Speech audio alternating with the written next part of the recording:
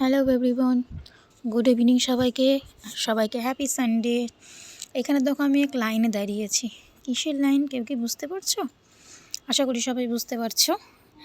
তো এটা হচ্ছে দিদি নাম্বার ওয়ানের অডিশনের লাইন। অনেক ছোট থেকে ইচ্ছে ছিল, মানে যবে থেকে আমি কি দিদি নাম্বার ওয়ান দেখি, ইচ্ছে ছিল যে দিদি নাম্বার ওয়ানে খেলতে যাব, বাট সেটা আর হয়ে ওঠেনি। অনেকবার অডিশন হয়েছে মালদাতে, সেটার আর খবর পাইনি। কিন্তু এবার যখন খবর পেয়েছি তাই আর রিস্ক নিলাম না, তাই তাড়াতাড়ি চলে গেলাম।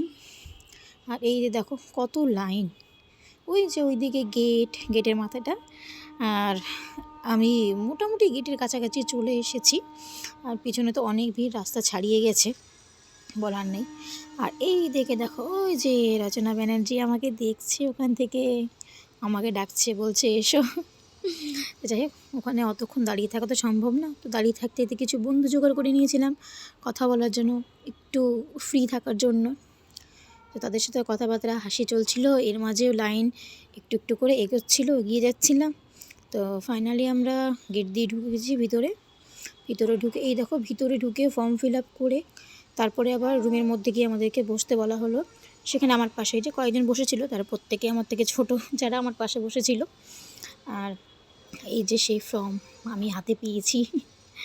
তারপরে আর কি অডিশন মোটামুটি শেষ, তেমন টাফ কিছু নেই, সিম্পল কিছু জিজ্ঞাসা করেছিল, তারপরে শেষ করে চললাম বাড়ি।